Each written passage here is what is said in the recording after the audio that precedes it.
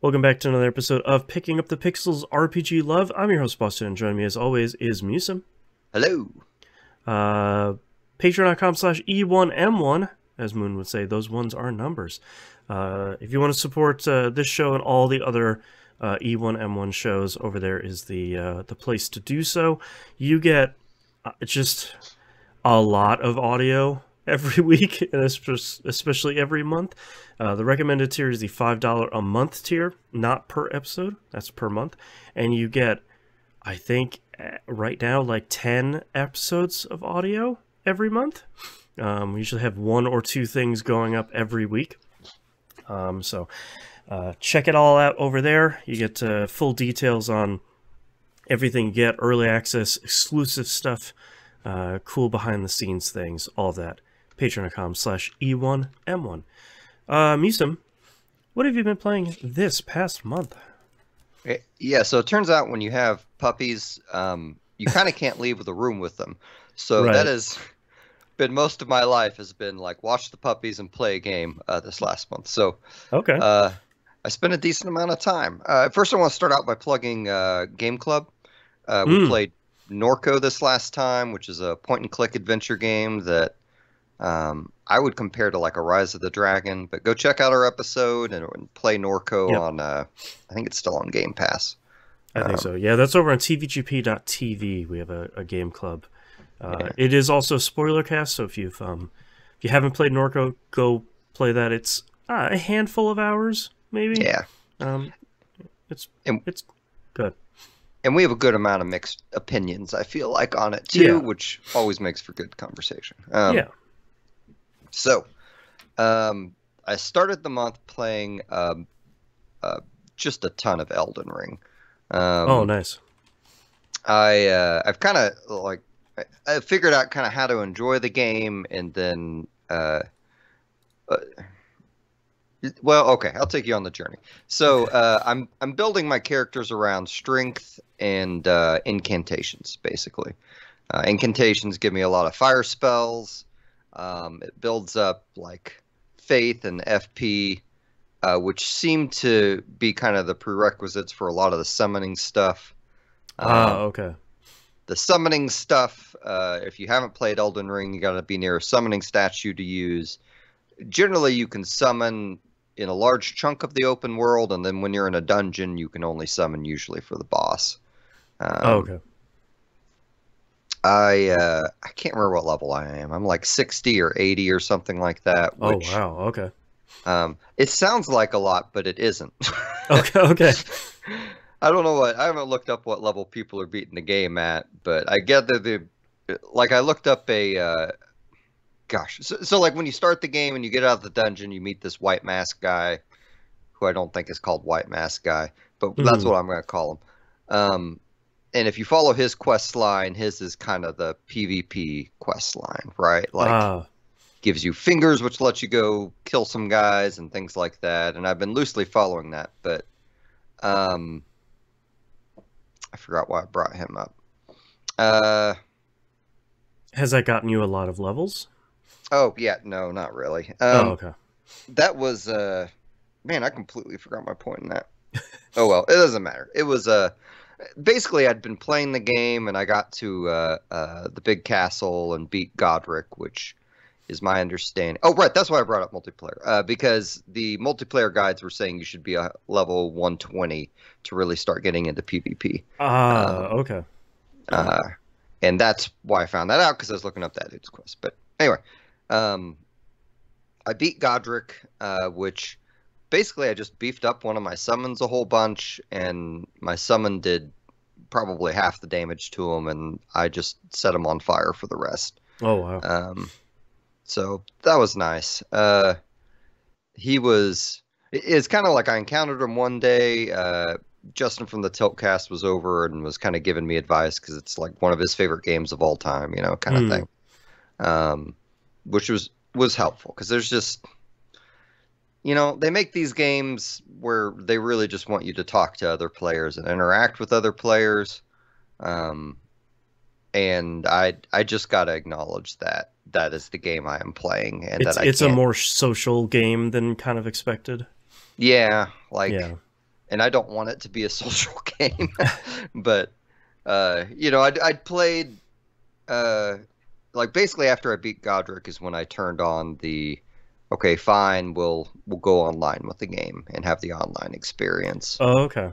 And I haven't really gotten raided much, and like White Mask Guy's quest like requires you to raid 2 people, where I quickly was defeated. I'm pretty sure those people were just kind of waiting for other people to do it. Like they did the whole bow and curtsy thing whenever they saw me, and then immediately slaughtered me. So Okay. So they're is, your experts that you're running into. yes, which is fine. Like I don't really Yeah. want to get into that aspect of the game, but it's kind of funny because like it occurred to me after I beat Godric, I'm like, aren't there quests in this game? Like people have said things to me, and I'm not sure why they haven't continued. So I looked them up, and it doesn't seem like there's a metric ton of like actual like quests that characters give you, Mm. but none of them are logged. And it turned out like just accidentally completed a few without realizing it. Oh, okay. So like in the beginning area of the map, if you go south, there's a castle, and you encounter a woman outside, and she wants you to give something to her brother. That's in the castle. So you take said thing, which I have no idea what it was, and go in the castle. And I'm not sure that I ever actually ran into him, but the quest ends when you fight his red shade specter thing, which I randomly ran into in the open world and killed and took the weapon. And like I didn't realize I'd completed that quest till I read the wiki. I'm like, oh, he was mad because of XYZ. I don't remember doing XYZ. Oh, okay. It's kind of a funny thing, and it's kind of interesting because I think on the screen right now is possibly where that castle is. Oh, okay. I think there's like a bow and arrow guy. Nope, no, that isn't. I'm thinking of something different. Sorry. In front of the castle, I was talking about there's this giant creature with a bow, and he's basically shooting tree trunks at you. Oh, jeez. Which is very intimidating early game. But yeah. I found a really fun place to level up, which is in Elden. Well, okay, Elden Scroll. Elden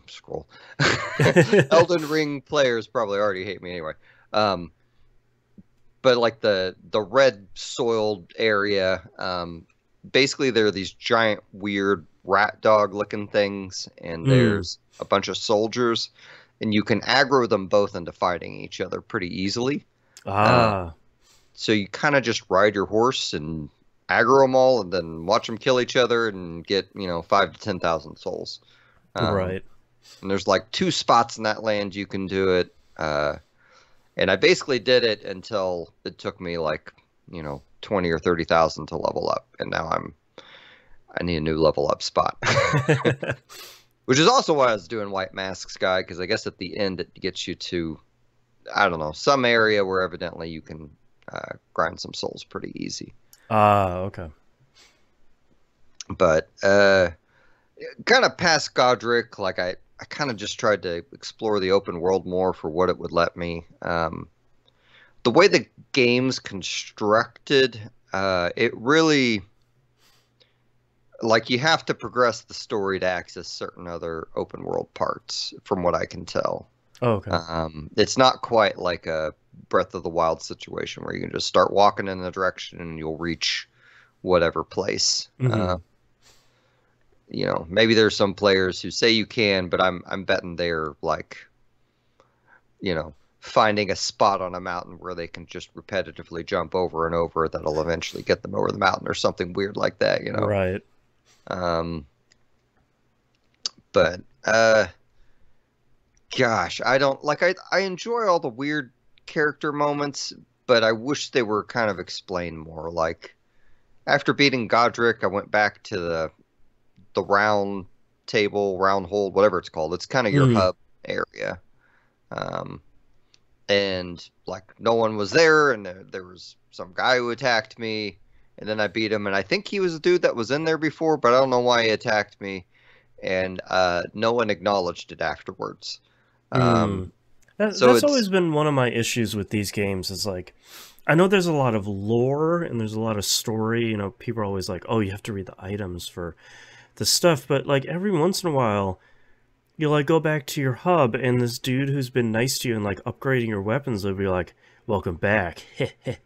Oh And he's yeah. like starts attacking you and it's like, what happened? Yeah. Like what's going on here? So Yeah. that's always been a little frustrating. That's yeah, that's just these games are so I don't know. I know like one of the articles I was reading, just because I like reading other people's opinions. I like Mm, understanding why do people think this is revolutionary and this and this and that, yeah, especially if 100%. I'm not seeing it. One of the comments was, well, it's almost free of glitches, unlike a Skyrim or something else. Mm, Game with a bunch of NPCs, but this, Elden Ring doesn't have a bunch of NPCs. It is a bunch of like very, very like clockwork restricted enemies and dungeons around. right. Like you don't have an NPC traveling from A to B to C. Like I found this one sorceress, for instance, and she'll sell me stuff, and then I randomly went south and then found her trapped in a dungeon too.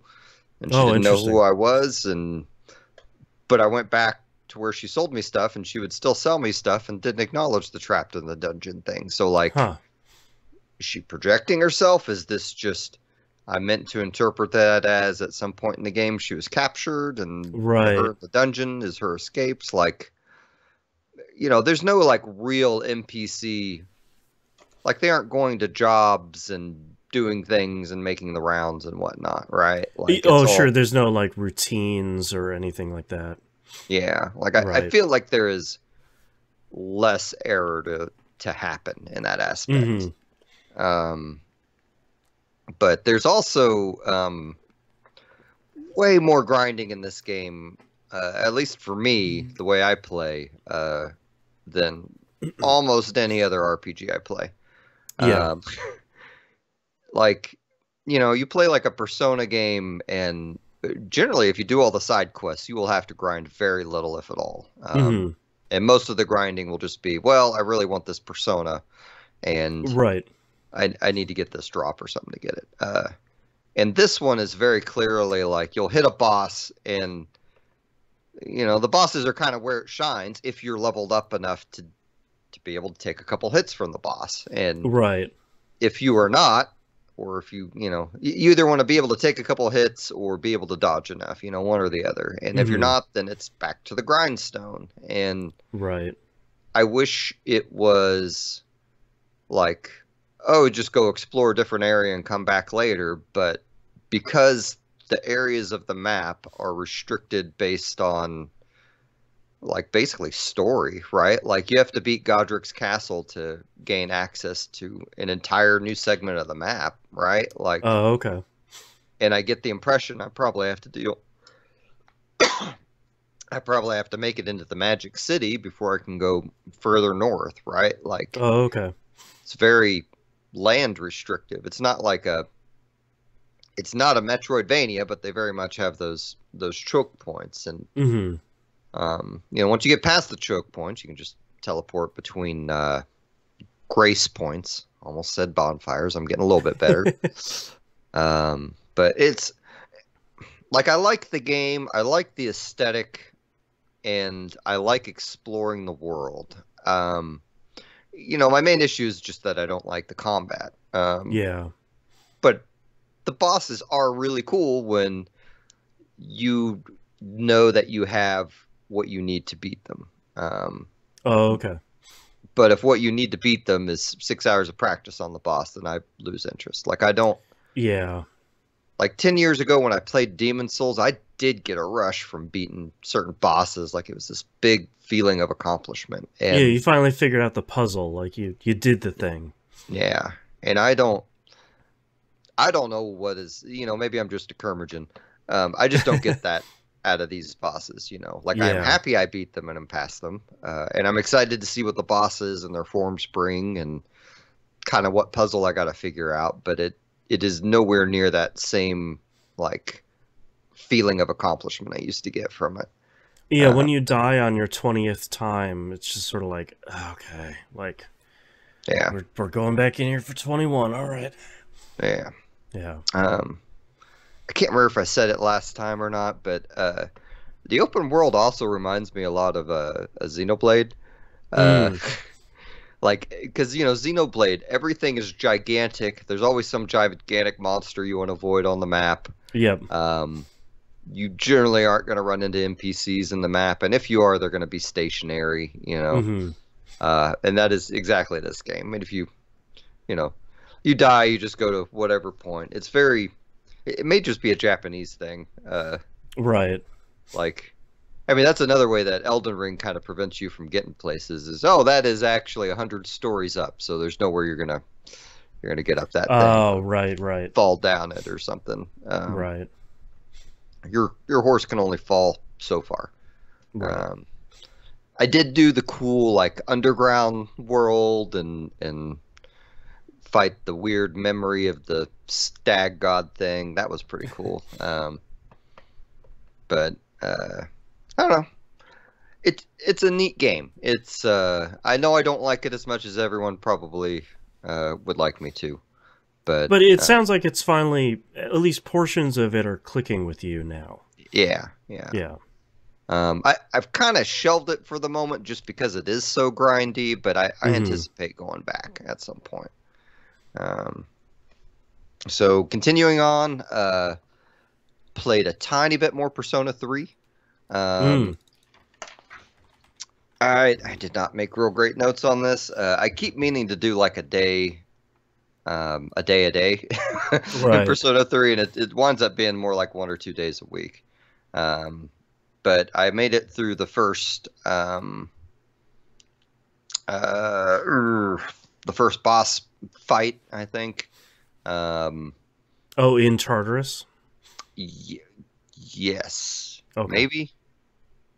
From what I I, remember of Tartarus is like you make it X floors and then there's a boss, and then once you beat that boss, the story can kind of continue on in the outside.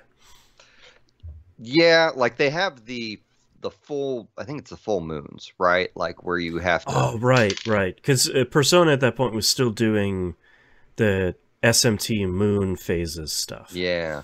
Right. That's right. Okay, right. I did the train boss. Like they had a train you go through a series of them, and then you fight a guy at the end. Mm. Um, Akihiko is not joined up quite yet. Oh, Um, okay. I can't remember who I get in my party next. You know, I'm really just wanting Koromaru to show up since I named my dog Koromaru. But Right. um, it's still cool, and it's cool how like in 3 more than any of the others, I feel like I have enough time to max out everything. Um, Yeah. even kind of with getting sick, which is I still have to constantly get used to. Hmm. It's like, nope, you can't do anything or you're gonna get sick this Yeah. day. But anyway, so it's cool. So uh, I also loaded back up Shadows over Loathing. Uh, Oh, this right. this is the West of Loathing game that's done as a comedy. You know, uh, H.P. Lovecraft type thing. Hmm. Um, I found a random tentacle house. Um, you just go in and there's a bunch of random tentacles in there, and you fight them. And this game is so random. Like I found a bunch of like time traveling things, and you're just walking along, and then you run into yourself, and you're like, huh. Well, that'll be interesting when I run into myself again later. Like, and it has not happened yet, but it is still very charming. The quest tracking, it's stupid that I'm praising a game for quest tracking, but Right. you know, West of Loathing did not have quest tracking, and this one does, which has been absolutely wonderful. Hmm. The the I feel like they overhauled a lot of the stuff a lot better. You know, you still have a hat that you can add things to, Right. which is a lot of fun. I ran into a fun side quest with I don't remember the faction names, but they look like, you know, Rosie the Riveter types that are robbing Hmm. everyone.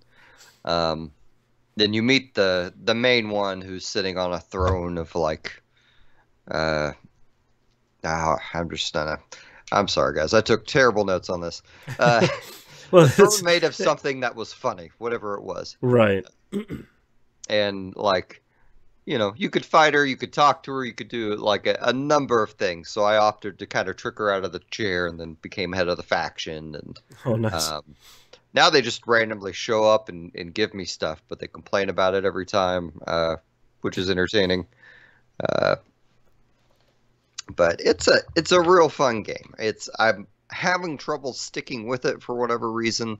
I've made it to kind of the second area, which whereas West of Loathing you had kind of your starter area and then a big map. This one it more seems like they're just going to give you new maps that have new sections of the game for you to explore and find new places in. Okay.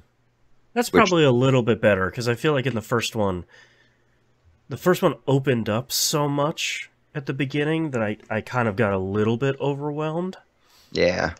This one, so like West of Loathing, you had we have to get the train from all the way, from east to west of the entire map. Right. And so the train would get clogged at certain points, you'd solve things. This one is you work for it's basically I want to say paranoia. The ghost word. Paranormal. Paranormal, thank you. Yeah. Like a paranormal detective agency, basically. And that is in the first area in a town that you kind of build up. But you basically get new cases and follow up on them, and that kind of takes you to new areas. Oh, and okay. there just tons of side quests. I think it's a much better flow to the game. Yeah, a little more directed. Yeah. Yeah. And I don't feel so bad either. Like West of Loathing, you would just not be able to do something, and you'd have like one chance to try, and then if you couldn't do it, then that was it. And this one still has a little bit of that, but I feel like there's less of it. Like, okay. I'm at some history museum place that I can't really do anything, and I can leave there, and I don't really feel bad about it. I can come back later, whenever I Okay. find whatever item I'm needing to progress that area. Yeah, that's probably about all I got to say there. Like, if you haven't played West of Loathing, then you may as well grab this one. I think West of Loathing is probably a little bit more charming, but okay. I think the quality of life improvements on this are worth it. Maybe start with West of Loathing so you don't get used to the quality of life. It Right. kind of doesn't matter. You're paying somewhere between $5 to $20 for these games. So Right. So next game, I needed some comfort food, so Chrono Trigger it was. Oh man, yeah. I have played a ton of Chrono Trigger this week, so I've been playing it on my Steam Deck. Last time I couldn't change Marley. I always change it to I always Nadia. say Marl, but I'm not sure if that's true now that we're saying it out loud.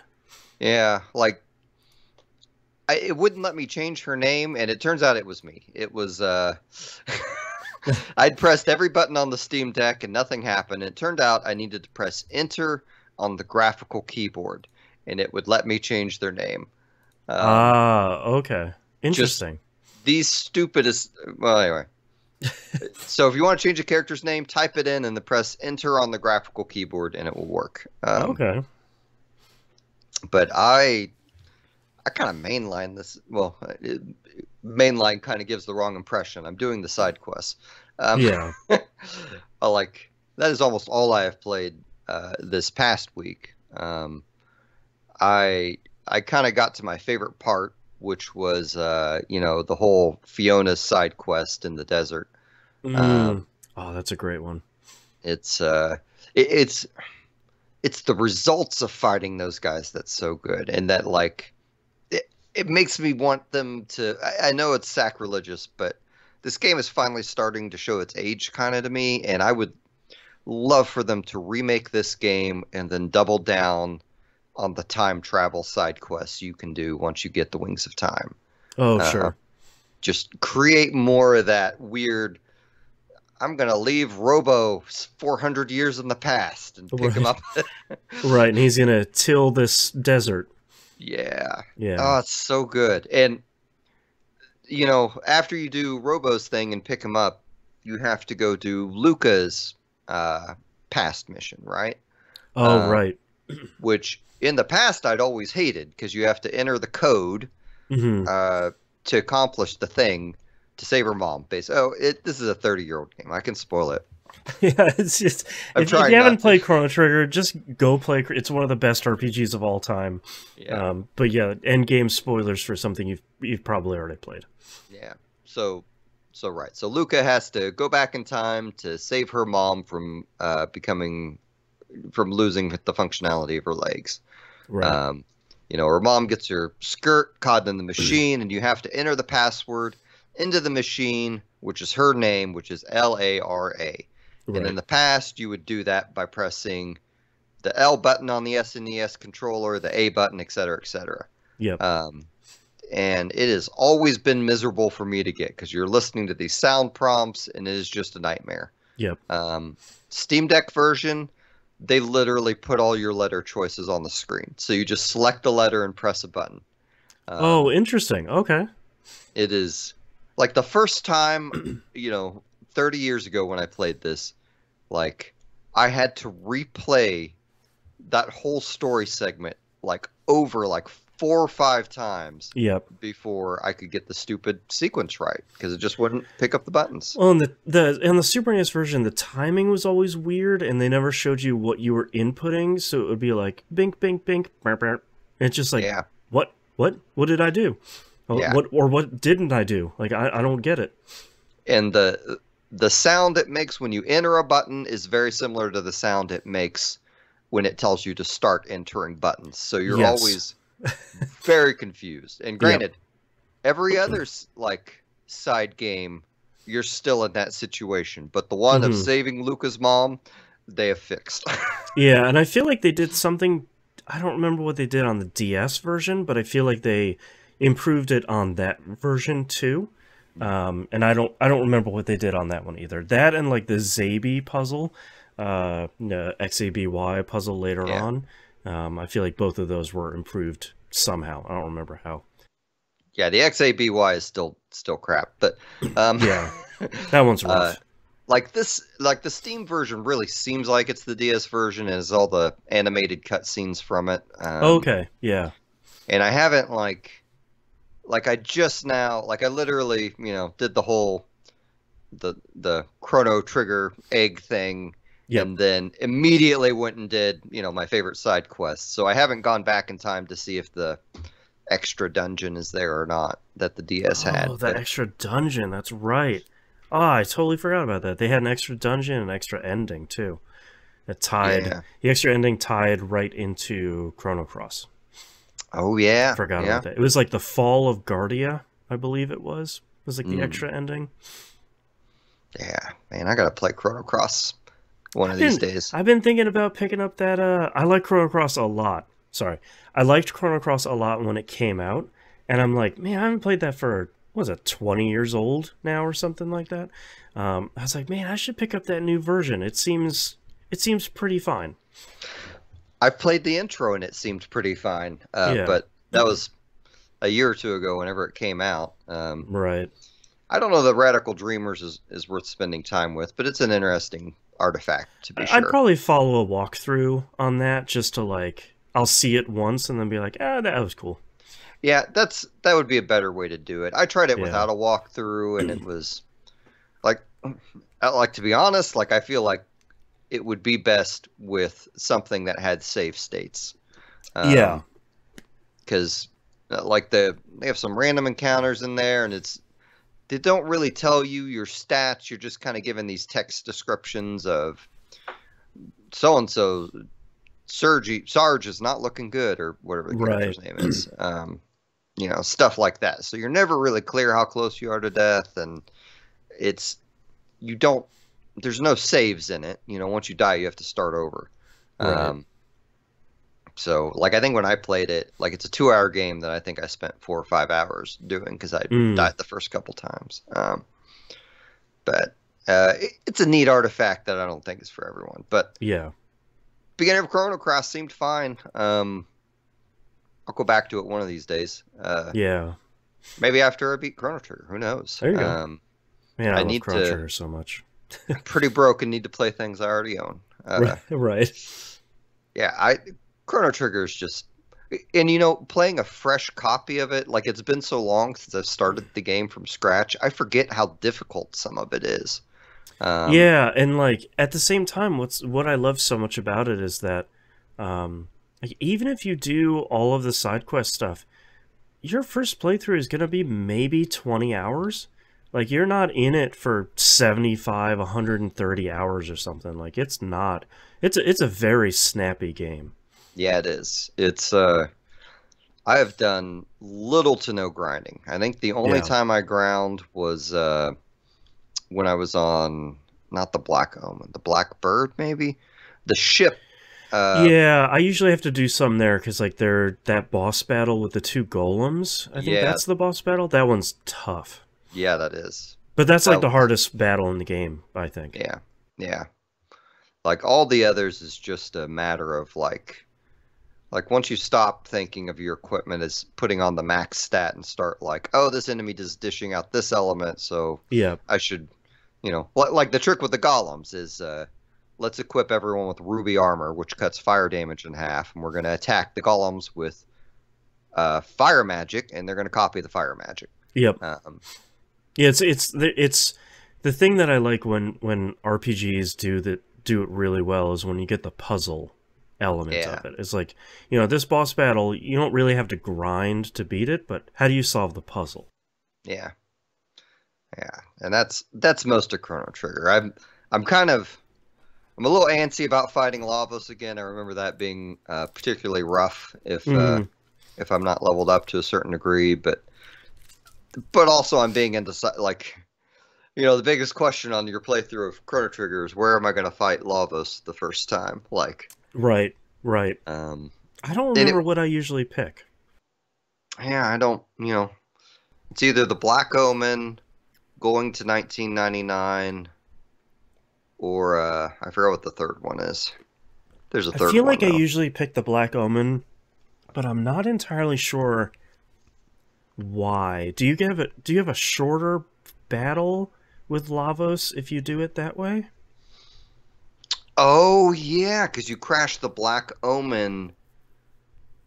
Is that the one where you crash the Black Omen into a shell? I think so. So you like start at the final Yeah, phase once you clear out that whole dungeon. yeah. Maybe I And should that play Chrono Trigger again. it's still Chrono Trigger, which is Yeah. great. Um, I think that's what I'm going to wind up doing because also like I like the idea of beating Chrono Trigger and then immediately starting up and taking the other portal and immediately fighting Lavos and getting that ending too. That's a great Um, ending, yeah. I think that's like the true ending or the best ending, I believe. I can't even remember. I just remember that's any new copy of Chrono Trigger. I feel like that's my methodology. Yep. um, There's a lot of cool endings in that game if you haven't seen a lot of them. Some of them are pretty fun. Some of them are just kind of like one-off goofs. yeah, But a lot of them are really pretty cool. and I've been trying to think like, have I ever beaten the game with letting Chronos stay dead? Um, Yeah, because that's one of the endings, I believe. yeah, and then there's also like you always take Magus into your party, but like, Right. what's the ending when you don't? Like I don't. My understanding is Frog still keeps his same. Like he doesn't turn into Glenn after you take out. I think Um, that's true, yeah. but I think they have an animated cutscene possibly with him as Glenn. I Um, think so, yeah. anyway, I don't. Gosh, it's such a great game. It's really great. So last but not least, I I played the Diablo beta, Diablo 4 Oh, beta. okay, I did too. So I have not like listening to this cast. I've kind of fallen off the Diablo train, and my friend Joey was putting some pressure on me because all my good Diablo 3 experiences were kind of with him in a living room, doing couch co-op. Right, I'm actually playing Cash Co-op with my wife right now for Diablo 3. Oh, nice. Well, I gotta tell you, I went in Diablo 4 like just not expecting to want to play it, and holy 100%, crap, me too. it is so good. It is. It's real good, man. I honestly, I will be honest with you and all of our wonderful listeners. I was going in ready to hate it. Yeah. Like genuinely, not that I was looking to avoid it or anything, but I was like, look, I love Diablo 3, and I feel like I'm like one of the 5 people that really does. And like season over season in Diablo 3, my love for the game has kind of grown as I've played other classes and tried other builds, and like a lot of the seasons in Diablo 3 have been really good. Which thankfully, when Diablo 4 comes out, they're going to be repeating a lot of the big, most popular seasons in Diablo 3. So if you miss some of those, it'll be a fun time to go back. And I was like, look at these screenshots of Diablo 4. Like, look at this like gray mush of this video game. Like, what are we doing here? And man, watching that intro cutscene, which I had not seen before, I was like, yeah, all right. She made like a cape out of the adventurer's blood. Okay, we're going all the way on this one. Sure. A lot more brutal. All right. Yeah. Yeah. It's man, I don't. I know a lot of my issues with 3 were like aesthetic stuff, like present me the skill tree as a skill tree, not this selection menu thing. But yeah, thankfully Diablo 4 resolves that issue. Yeah. So I played the druid, right? Like, so if you played the druid in 2, like you have one skill to turn into the werewolf and one skill to turn into the werebear, and then you have, attacks you put points into. And the way they handled the class in 4 is you just put your point into the attack, and when you make the attack, your character changes into whatever creature it is. Okay, interesting. So I like they cut out a skill and they made it, and I don't know if this is going to be true after the beta, but in the beta it was like your first, I don't know, 5 to 10 skill points you could just refund for free and rearrange and test other things out. I did like that a lot, because I played as the sorcerer, and I first started putting points into fire something, and it wasn't very good, so I refunded that stuff and started putting it into like lightning whips and chain lightning.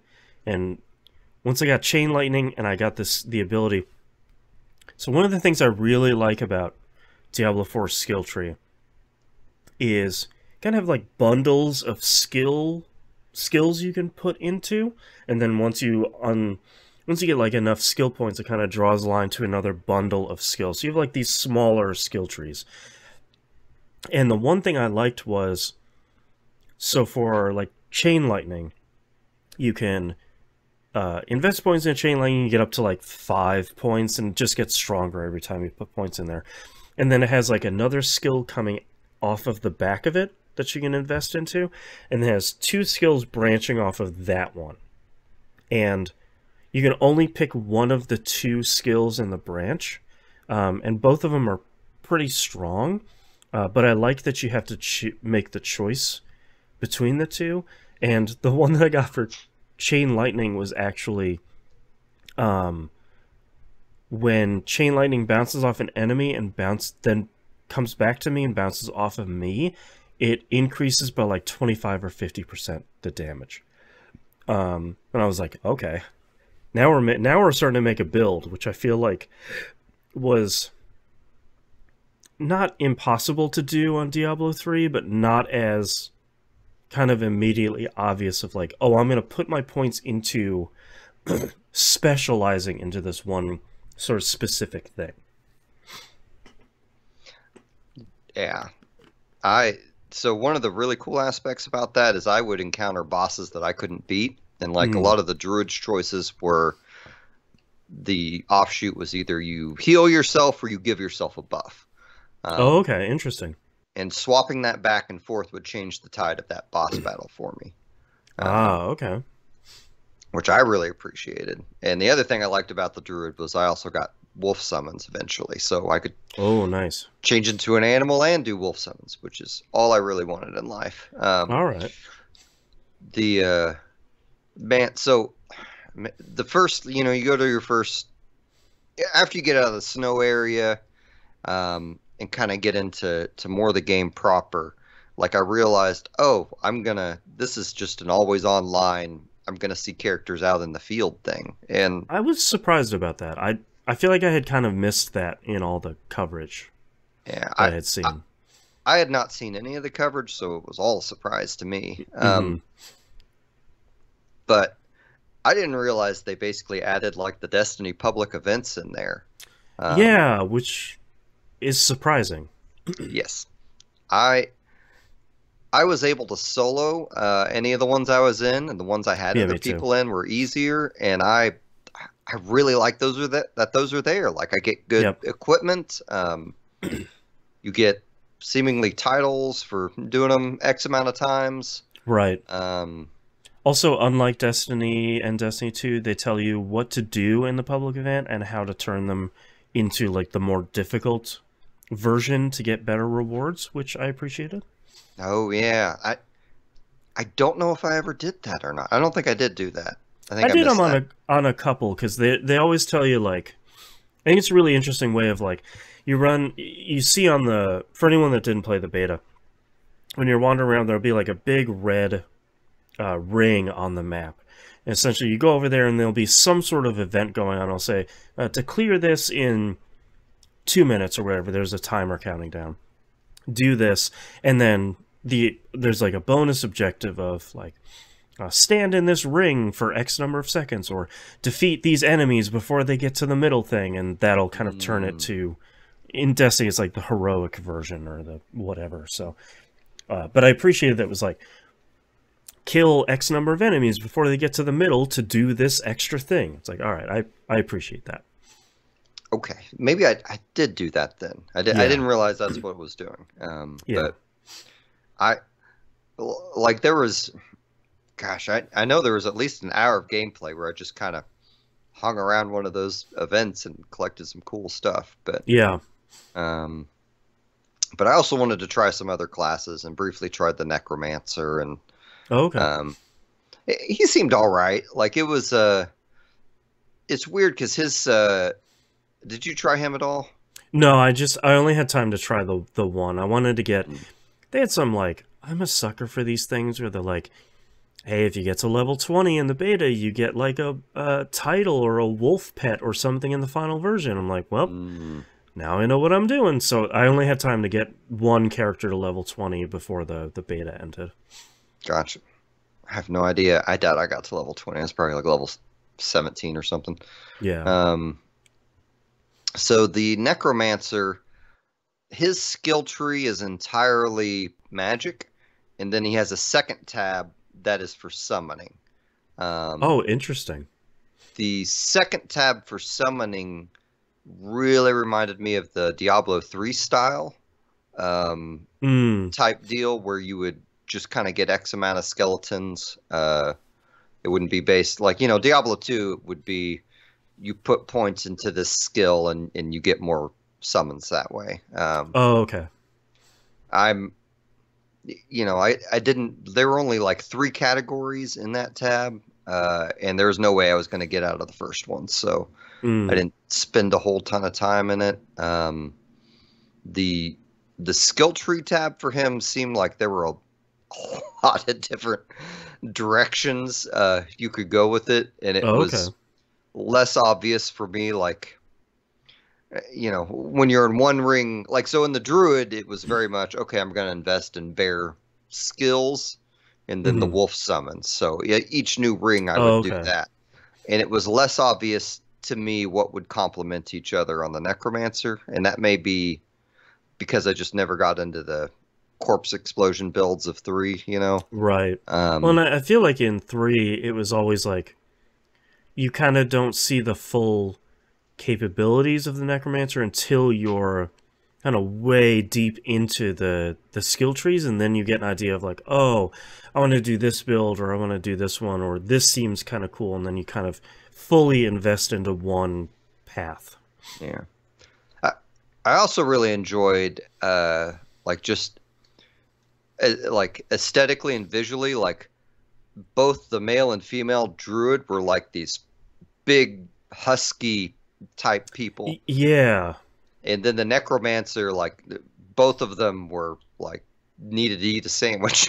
right, Like they were just tiny, frail, whatever bodies, and I right. enjoyed the contrast. And like I think when the main game comes out, I'm probably going to do like a druid and a barbarian, Oh, okay. because it seems like it's pulling a lot from two. Like there are a lot of the same enemy types. Hmm. Um, Actually, you and were. Oh, go ahead. I was just gonna say, barbarian was one of my favorite classes in two. Oh, right. I totally forgot until you mentioned about um, the character's appearance that one of the first things they have you do is go through a character creator.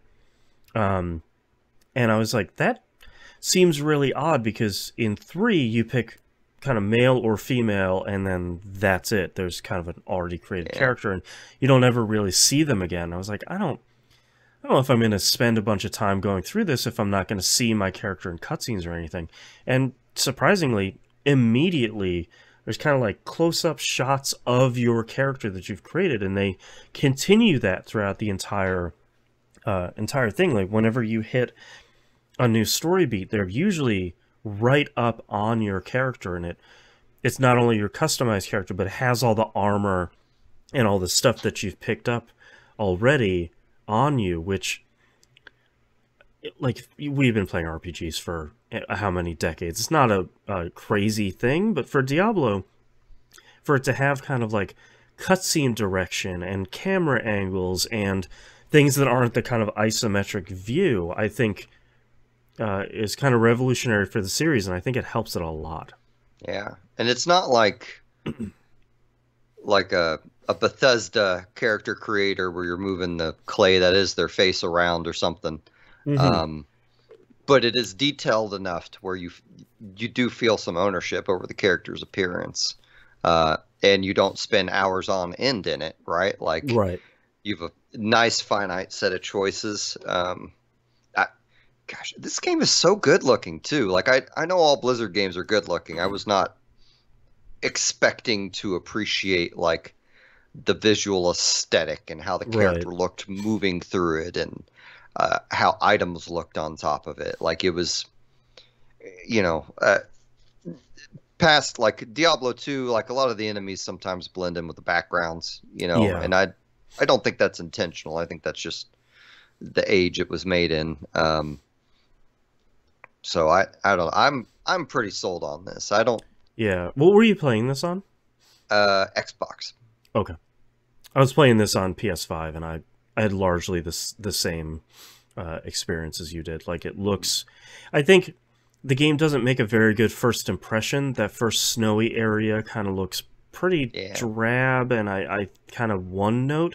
And once you get into that first kind of open area, it doesn't look entirely better. But once you start going into the dungeons and stuff, I think that's where the game really shines. Like, you're going to these like eldritch underwater dungeons that you kind of stumble upon, and um, you're going into some stuff that I think looks a little bit more interesting than here's a dead forest you're wandering around, which looks good, but I think kind of stylistically isn't super interesting. Yeah, and I appreciated all the small dungeons too. Yeah, Um, which I know that had been present in previous Diablo games. yeah, It's been a minute. yeah. But this went from a game where I was like, I don't know, maybe I'll eventually play it, to, well, I can't afford to pay $70 for a game on June 4th, but maybe sometime in June I can, you know. Yeah, I was in the same boat where I played the beta to see how I was going to feel about it, and the beta ended, and I pre-ordered it. So Yeah, that was a surprising 180, I think, for me as well. yeah.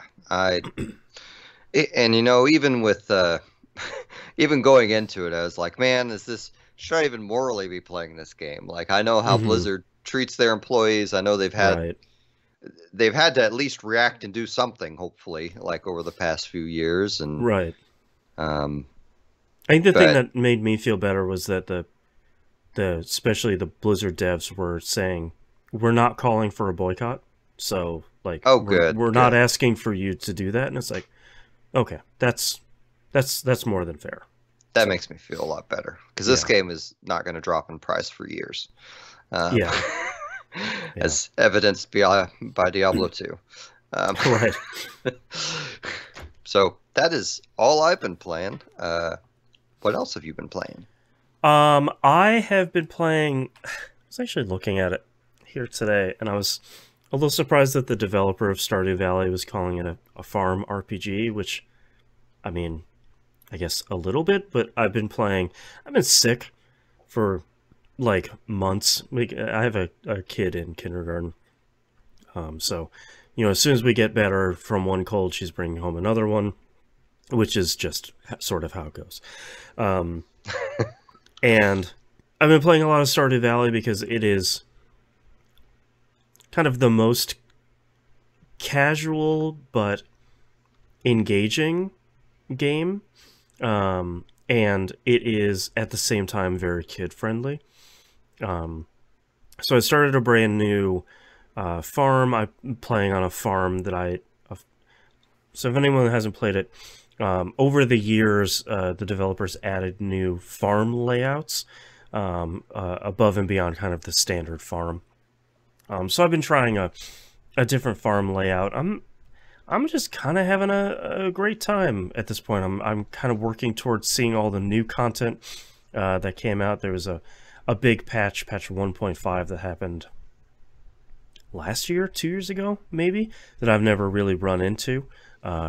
So I'm kind of excited to run into that stuff. But Stardew Valley is great. We played it on Game Club, I don't know how long ago, and that was really the beginning of my kind of love affair with this game, of just like, oh right, it is exactly as good as I was worried it was going to be. Yeah, Stardew Valley is really great. 2 thumbs up. I love it.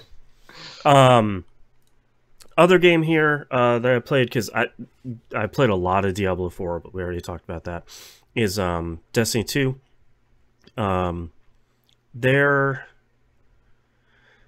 Let's talk about the bad stuff here first. I've already talked about the story disappointments from Lightfall. I don't really want to get into it because it's a lot of spoiler stuff. But the promise that Bungie was giving us was, we know you have a lot of questions coming out of Lightfall, because a lot of the, I guess, maybe MacGuffins in Lightfall were not explained whatsoever in the campaign. And a lot of what Bungie's been saying is, hey, don't worry, we're going to explain that stuff in the seasons. And it's like, well, that's also not great, because I feel like the campaign should be a kind of self-contained thing. You should kind of get the full breadth of the story either in the campaign itself, or once you beat the campaign, there's usually X number of kind of post-campaign quests that unlock, and maybe those can flesh out some of the stuff from the campaign. Didn't really get that this time, so I was really looking to the season we're in right now, which is season 20, if I remember correctly. After the season that happened with Witch Queen, which was the previous expansion, that was a really good season for kind of showing the other side of the coin. Like, you're off doing these things off on the other side of the solar system, but what's happening here on Earth as we're dealing with the big bad guy, etc. So I was really looking to this season to do a similar thing for Lightfall, which is like, oh, you're off on Neptune. What's going on here on Earth to while the Witnesses' forces are kind of here attacking? And we haven't really gotten that, and we unfortunately got Destiny 2's kind of biggest story beat for a specific character for the last couple of years that ended in a pretty disappointing manner. I don't want to spoil it, but if you're playing Season 20, you are well aware of kind of what happened. Pretty disappointed with how they handled it, and pretty disappointed by the aftermath of it. I I feel like it was something that they had, I guess, sort of. It was a character that had a bunch of death flags the entire season of just like, it's like when you're watching a cop show and it's like, just one more week until retirement, my one last big case. And it's like, oh no, buddy, it's not gonna go well for you. It was very much that, and I was like, boy, I really like this character, and they have not gotten a lot of screen time over the last couple of years, so I hope that nothing happens to them, and then whoops-a-doodle. And it's just not a very good way of handling it, and I think it's also colored by Lance Reddick's unfortunate and early passing recently, because Zavala, who's Lance Reddick's character in the game, is featured heavily in a lot of this story stuff, and also featured heavily in dealing with the after effects of loss, which has sort of been kind of like a punch to the gut after his passing. So there's been a lot of feelings to deal with in Destiny. So the seasons for the last year or so have been pretty outstanding. And I'm kind of let down by both Lightfall and the season, which is something I usually don't say in Destiny. But there's still a lot of good to be found in Destiny. Like if you haven't checked out Lightfall, it's good. I mean, it still plays pretty well, but kind of don't expect the level of something like the Witch Queen. But it's still great. But on the other side of the coin, my raid group and I have been going through the semi-serious raid group.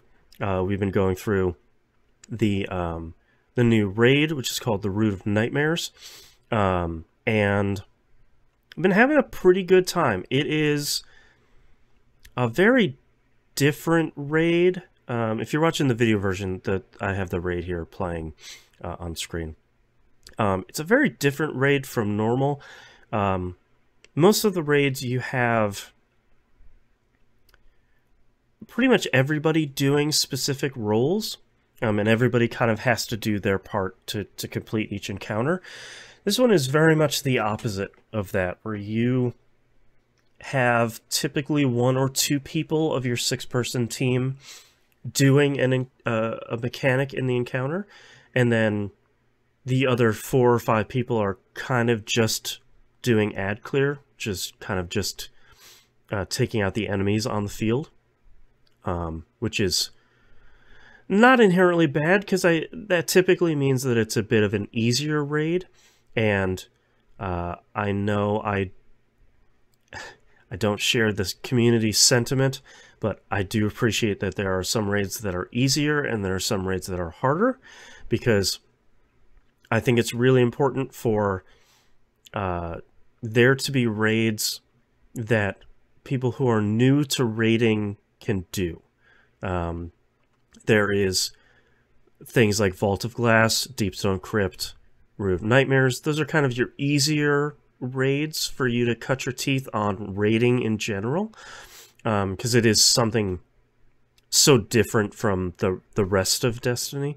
And then you can go do stuff like King's Fall, or what I consider one of the harder ones of Vow of the Disciple, because you have, was it 23, 27 different symbols that you use in the raid, that kind of everybody needs to know. And that's kind of a big ask in general. So that being said, we have been slowly making our way through this. We only have maybe at most 2 hours a week to raid, because we're all in our early 40s. We're all parents. Like, we're all kind of, we don't have 2 hours a night to go through and learn this stuff. So we we finally kind of figured out all 4 fights. We're making our way through it, and we're kind of doing the thing. And so far it's been pretty good. I'm hoping this next week that we'll finally get our clear of it. But it's nice to have a new raid. It's nice to have some new content. We raid, whether there's a new raid or not, we run a raid every week. So it's kind of nice to have something new to cut our teeth on. And I don't think there's been any raids that we genuinely don't enjoy. Even the kind of quote-unquote bad ones are fun when you're kind of working as a team with your 5 friends. So can't go too wrong. But yeah, Destiny 2 is in kind of a interesting, spicy spot at the moment, and it has been nice to hear Bungie come out and very transparently say, like, yeah, we made a bunch of mistakes, and we're gonna try and fix them as quickly and as cleanly as we can. And I think that's kind of all you can ask for from a game developer, is just, yeah, we messed up, and now we're gonna fix it. So I like it. I still like Destiny 2. I'm still playing it like every week, so you can't go wrong. That's all I'm playing. We have like probably one of the longest release lists we've had in a really long time here. Yeah. So let's sort of diving into it for the RPG releases of April 2023. Already out is Grim Grimoire Once More. It's out on PS4, PS5, and Switch. It came out on April 4th. This is Vanilleware's title. They put this out on the PS2. This is the kind of light remaster they've done of that. If you haven't seen this before, this one kind of flew under the radar even back then. This is the 2D side-scrolling RTS that takes place in a wizard school. You're kind of this woman who's going to a wizard school for the first time. I liked it a lot on PS2. I never finished it. And from what I understand, they did some really good quality of life improvements on this one. So it's a cool game. Everspace 2 comes out on PC, or came out on PC, April 6th. It came out of early access. It's been in early access for the last couple of years. It is Game Pass day and date on the PC. The console versions are coming out sometime later this year. I don't think they have a specific date quite yet. We played the first Everspace on We Roguelike It, the roguelike show with Moonpear and I. This is a much different game here for the sequel. Instead of it being a roguelike, they've turned it into kind of a open world spacefaring excuse me, Diablo kind of thing, where you have loot pickups and rarities, and you're equipping different ships and stuff like that. So it seems really great. Reviews have been really good. I played the kind of early access thing they had on Game Pass for a while, and I liked it quite a bit. So seems pretty great. I will probably pick that up once it comes out on console, though. Next up, this is an RPG show. We haven't talked about any like visual novel-y, adventure-y type games every once in a while, but we kind of dip our toes into that here a little bit every once in a while. And Tron Identity comes out on Switch and PC on April 11th. This is a kind of visual novel detective story set in the Tron universe, made by Bithell Games, who made Thomas Was Alone. It looks really cool. I'm really, really excited to get my hands on this, because Tron is really cool, and putting a visual novel in that universe, and then you kind of hopping into a new server to do a detective murder mystery thing sounds really cool. So I'm very excited to check that out. Mega Man Battle Network Legacy Collection comes out PS4, Switch, and PC on the 14th. This is so it's 10 titles across the first 6 Mega Man Battle Network games. So if anyone doesn't remember these games, they came out on Game Boy Advance, and there was always like, here's Mega Man Battle Network 3, Blue Edition and Gold Edition, and stuff like that. So there's always like 2 different versions for each one of these. I'm really happy that I never played these, but I'm really happy they're coming out with these. I really like seeing these collections of just like, here's 10 of these Game Boy Advance games. We're just putting them out on everything. I think that's really great. I hope we see more of that sort of thing. One I'm really excited for, Horizon Forbidden West Burning Shores, comes out on PS5 on April 19th. This is the expansion for Forbidden West. This is PS5 only. They did drop PS4 for this expansion for some unknown reason. But the only thing I keep thinking of for this game is I keep thinking of the end of that trailer where a big robot monster is busting through the Hollywood sign. It's like, yep, just get me back into Horizon. Let's do this. I'm super pumped. So I'm ready, and I really hope they use the PS5's power for this if they're ditching off the PS4. I hope it's not just we didn't feel like spending money on the PS4 version. Yeah, I'm very curious to see what this is going to either kind of look like or run or something like that, because even Forbidden West has gotten a lot of performance patches since it came out. I haven't really dipped back into it. So I'm really excited. So check out our episode next month, because we'll probably be talking a bunch about that.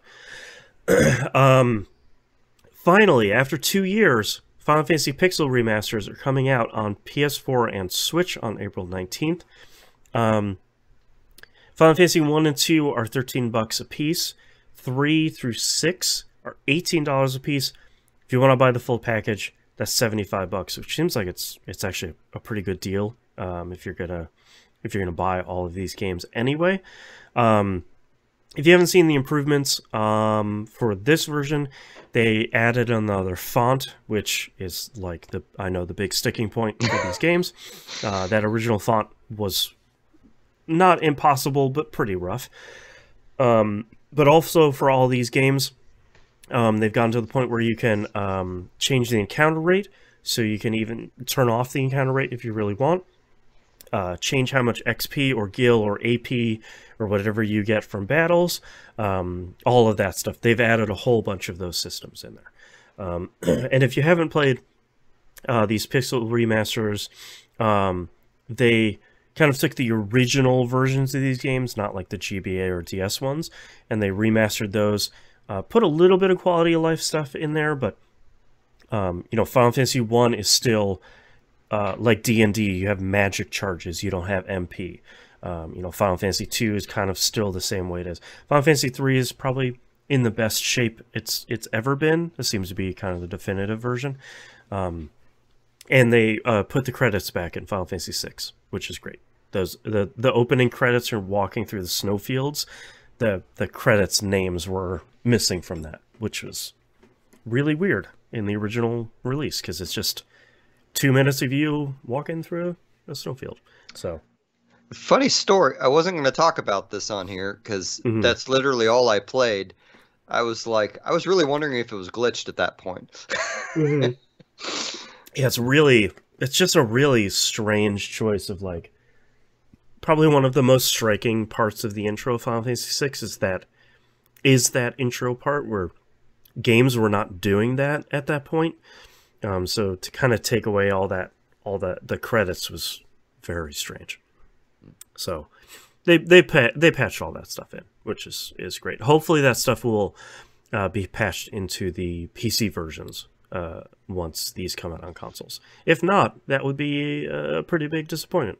And unfortunately, something like Square does every once in a while. Yeah. So I'll be picking all these up. Look forward to episode next month, where I talk a lot about Final Fantasy V, because that will be the one I will be playing first for sure. Next game here, Coffee Talk Episode 2, Hibiscus and Butterfly, comes out PS4, PS5, Xbox One, Series Consoles, and Switch on the 20th. This was another Game Pass, or Game Club game we did, actually, now that I'm remembering. We played the first one. I did not anticipate a sequel to that game. Yeah, I really didn't either, and it's also interesting because the guy who developed the first one passed away last year. And the studio that was like working to put it out with him has kind of finished development, and it seems like they've kind of spearheaded finishing this game. And looking at trailers, it has the majority of the characters from the first game in it, which is pretty exciting. I kind of don't know where you go with that storyline after what you find out at like the very end of that first game, but yeah, I'm also very curious to figure out how you continue going on that game. But what a cozy, that first game was like a really cozy, wonderful kind of, not visual novel, but kind of like sort of adventure-y thing. I'm really curious to see what they're going to do with this one. Yeah. I'm pretty excited. Honkai Star Rail comes out iOS, Android, and PC on April 26th. This is MiHoYo's new game. This is the... oh my god, I'm going to forget the name of the absolutely massive game they make, which is Genshin Impact. Thank you. So the developer Genshin Impact and Third Impact and all those. This is their brand new game. This is a free-to-play turn-based RPG, which is kind of a neon cyberpunk future-y sort of thing, which looks really cool. It's probably a gacha game if you're kind of allergic to those, but I like Genshin Impact a lot. I never really play it because there's like too much content for me in there.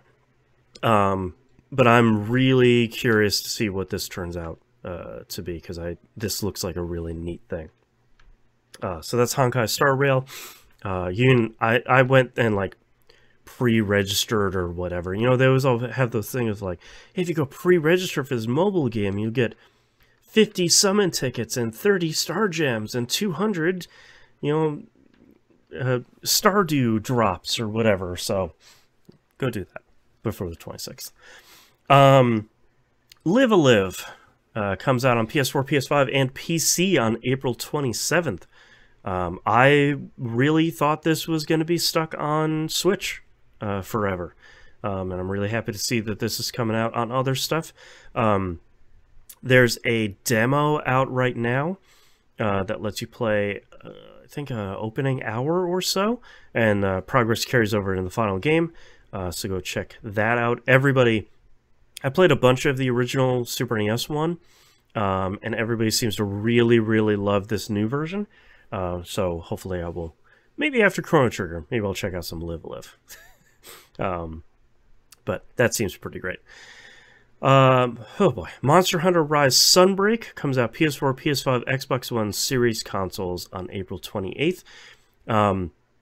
Monster Hunter Rise is out on those platforms already, and it's out on Game Pass on Xbox platforms already.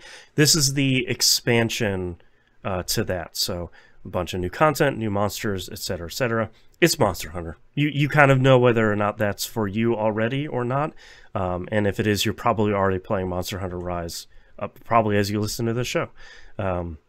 So you kind of know whether or not you're into that.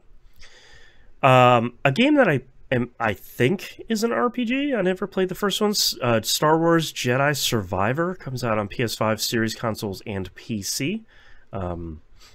I really liked the first game. Okay. That was Jedi Fallen Order, right? Yeah. Okay. A friend got me that for Christmas. It is kind of Star Wars Dark Souls, but it is a easier experience than Dark Souls. Okay. And it, honestly, a lot of the gameplay almost harkens back to like the LucasArts Star Wars kind of combat adventure games of the 90s where you're exploring these giant sprawling areas and putting clues together and Okay, activating things. interesting. I like that game a lot. I really want to play the sequel. I am broke until June though, so it may be Yeah, June or July or even later till I the play it, first depending. time it's on sale. Yeah, Yeah, exactly. yeah. Uh, I should know when that's coming out. I didn't put that at the end of this month though. Moving into the beginning of next month, Redfall comes out on Series consoles and PC on May 2nd. This is Arcane Austin's new game. This is the vampire class-based first-person shooter, Left 4 Dead, Borderlands, Far Cry thing. They're kind of single-player co-op thing. Microsoft's been pushing this for quite a while. I believe this is on Game Pass day and date because it's a Bethesda game. I'm pretty curious to check out how this is gonna play. I actually don't know how many players it supports, if it's 3 or 4. It I'll have to is oh, go ahead. this coming day and date to Game Pass. Oh, great. And it's not a game I know a lot about, but since I heard a developer say, actually, this is more like Far Cry, I have been way more interested in playing it. Yep. So I will probably check it out. Yeah, I'm hoping to check it out and hoping to play some co-op when it comes out with the kind of every Thursday we with the Destiny crew. There's 3 of us that play Destiny, and every once in a while we'll dip into other stuff. So that seems like a good opportunity to dip into that. And last but not least, Darkest Dungeon 2 should be coming out of early access on more platforms. I believe it's on Epic right now, and I think it's coming out on Steam on May 8th. Either that or this listing is wildly incorrect. I love the first Darkest Dungeon, even though it is brutally difficult. I had heard some not favorable things about the second one in early access, but it seems like they've taken that feedback to heart and kind of really put their nose to the grindstone and fixed a lot of this stuff. So I'm very curious to see. I'm hoping it comes to consoles because that's kind of my preferred platform. But we'll have to see when that comes out, if it's massively improved or not. We'll have to see. All right, that is all of our releases. That is our episode this month. Thank you very much for listening. If you'd like to visit us, you can do so at pickingupthepixels.com. Musim, where can we find you on the internet? You can find me at my link tree, which is linktr.ee/John Musim. JOHNMUSIM, and that has links to all my music and any of the social media that I'm willing to take randos on. You can find this show and all the other E1M1 shows over at e1m1.com. Thank you for listening, and we'll see you all next month. Bye. Bye.